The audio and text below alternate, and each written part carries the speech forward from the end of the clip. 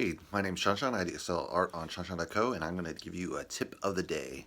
So a question I get sometimes is, are you allowed to copy from a photo when you're painting?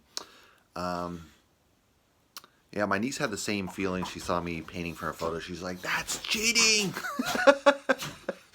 The truth of the reality is most painters that are realists and they paint in a studio, they are probably painting from some kind of reference photos. They might grid it out.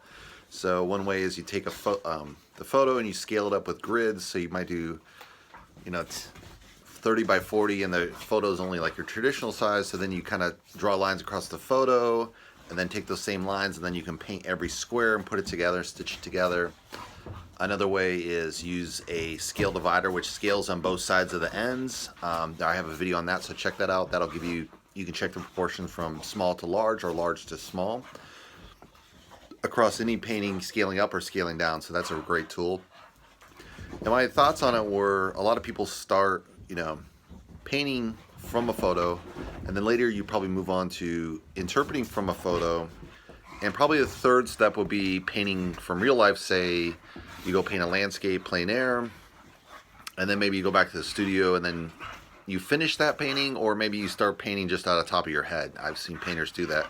But it's really stages along your development, right? So if you paint from a photo, you kind of get, how do you paint realism? How do you get those colors down? You can match everything. And then you paint, you start to interpret from that photo. So you use elements of the photo, but you don't use everything. So you kind of boil it down the photo to an even better image than what is on that photo. The next stage would be kind of plein air if you want to go that route. And then you can paint and learn the colors on live. You get water to look like water versus a photo. It looks way better in painting if you paint plein air. And then from there, you go to the next stage where you just paint out the top of your head. I do that for my abstract painting, not necessarily for my realism. I'm more kind of like paint from the photo, kind of interpret.